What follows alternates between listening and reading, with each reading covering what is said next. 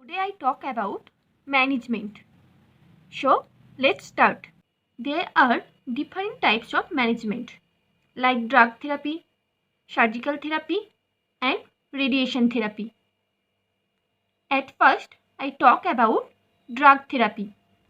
Drug therapy is a type of adjuvant therapy to destroy the tumor cell that may be spread to the distant site, and it's help to decrease the rate of recurrence and increase the length of survival. So it's help to tumor regression. Chemotherapy is one type of drug therapy.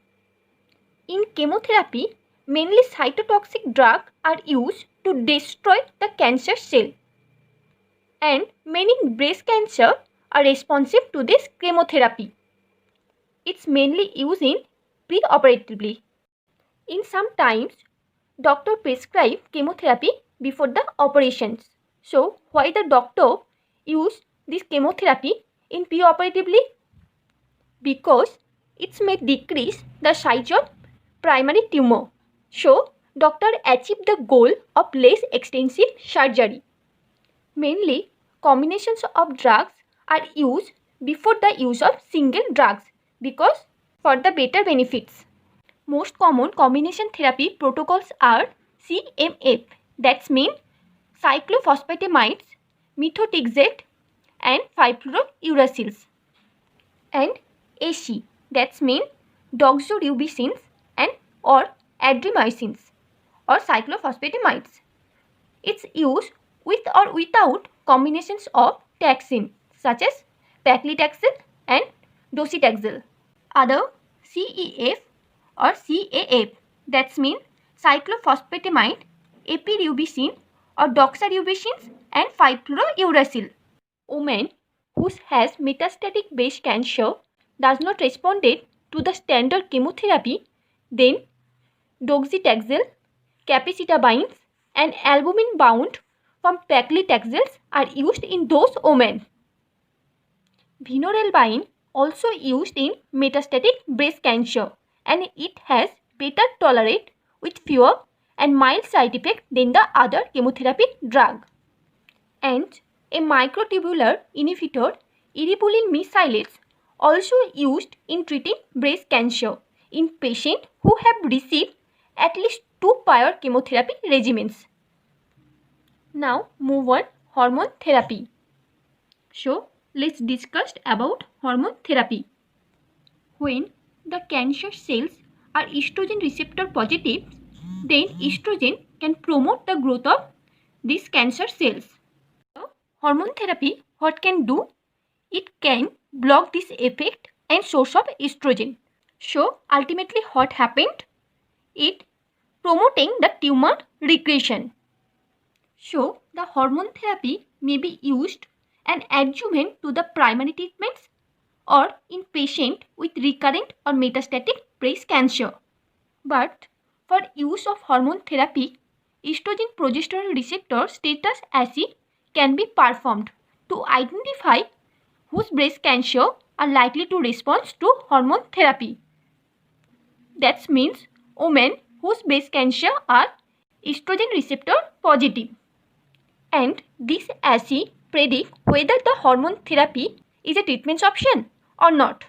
So ultimately what we understand, women whose breast cancer contain estrogen and progesterone receptor, chances of tumor regressions are significantly greater than other. There is mainly 2 types of hormone therapy can be used. That's a estrogen receptor blocker and aromatase inhibitor.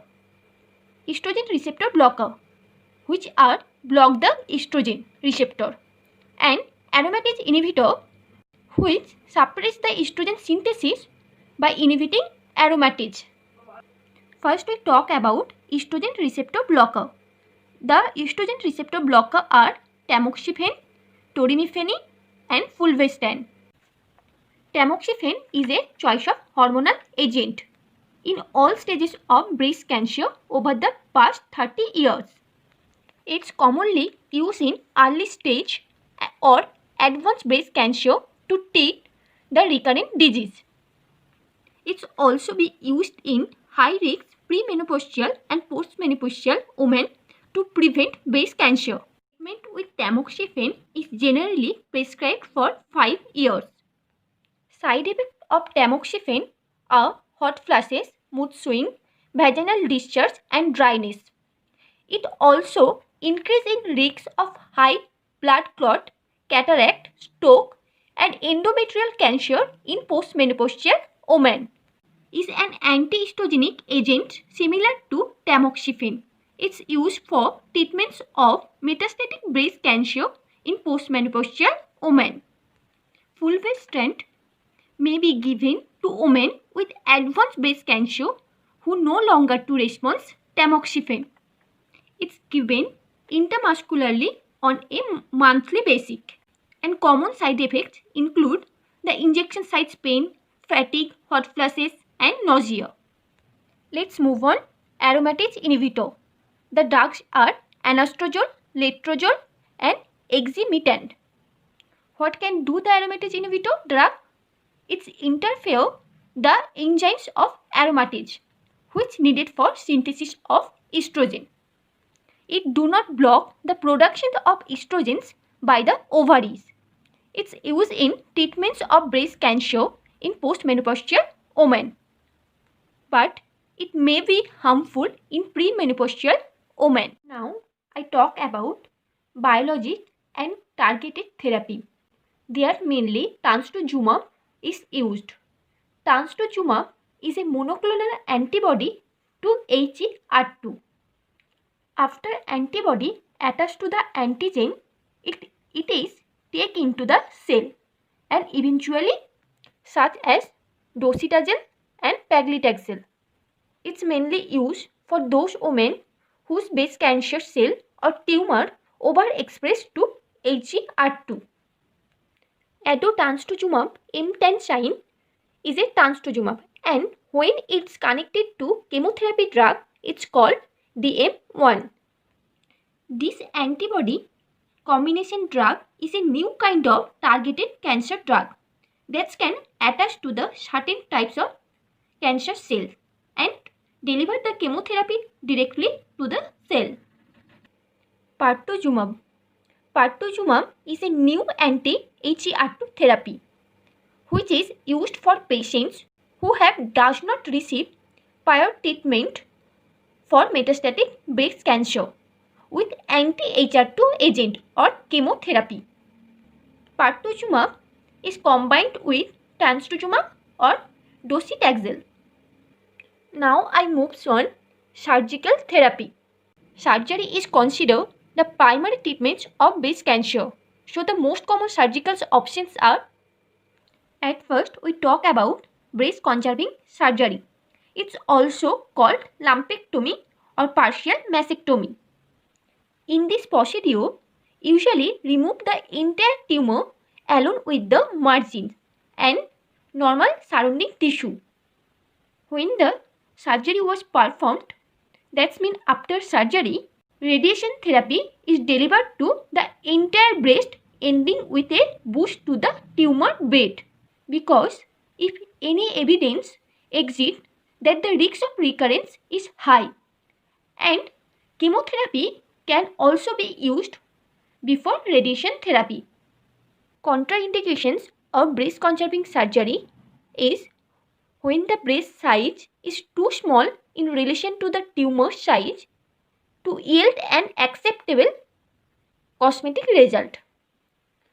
When the mass and calcifications are multifocal, that means within the same quadrant, and mass multicentric, that means it more than one quadrant, and diffuse calcifications occur in more than one quadrant. And contraindication to radiation therapy may make mastectomy a better surgical option. Most important advantage of breast conservation is preserve the breast and including nipple.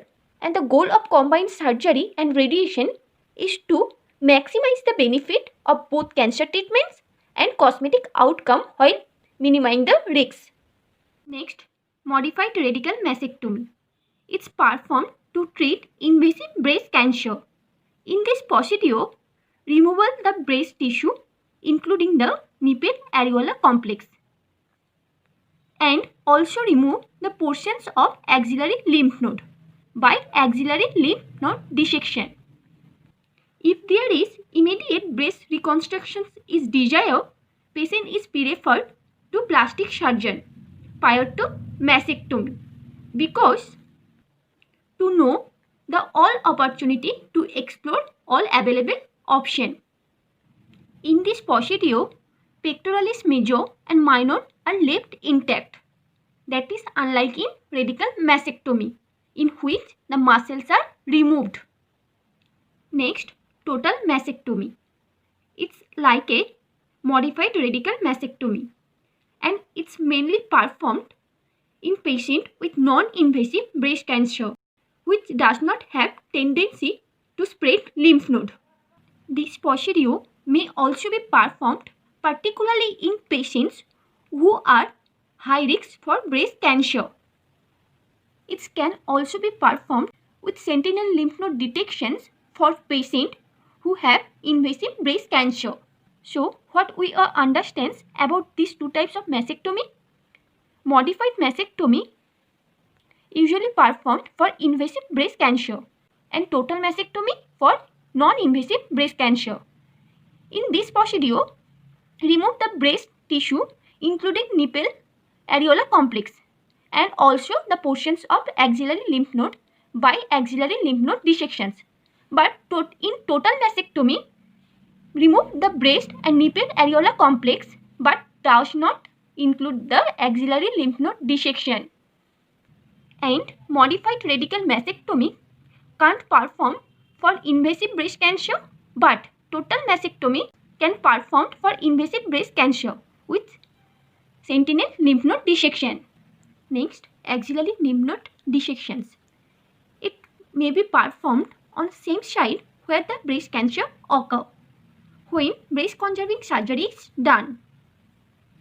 Generally, 12 to 20 nodes are removed in typical axillary lymph node dissection. Examinations of lymph node which provide prognostic informations and help determine to further treatment. Now I discussed about radiation therapy. It's a type of adjuvant therapy that can be used after surgery. It's mainly used for prevent local breast cancer recurrence after breast conserving surgery and also prevent local and nodal recurrence after mastectomy and relieve pain caused by local, regional and distant recurrence. So, what we ultimately understood? After surgery, it prevents further development of local breast cancer or any other infections. So, move on, primary radiation therapy. It's usually performed after excisions of breast mass.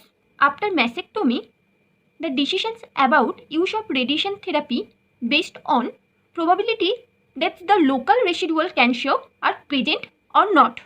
That means if there have chances to present local residual cancer cells, then the radiation therapy may also performed. And the possible presence of residual cell is related to tumor size, biology and number of involved lymph node. In primary radiation therapy, there has present some temporary side effect such as fatigue, skin changes and breast edema. Next, brachytherapy. It's performed for partial breast radiation, which is an alternative to traditional external radiation treatment for early stage of breast cancer. In here, radiation is delivered directly into the cavity left after a tumor is surgically removed by lumpectomy. This procedure minimally invasive way to deliver radiation. Traditional external radiation treatment can take 5 to 7 weeks. At last, palliative radiation therapy. It's mainly used to reduce the primary tumor mass and for this pain also be decreased. It's also used to treat symptomatic metastatic lesions in such site such bone, soft tissue, organs and brain chest. I think all guys are understood easily.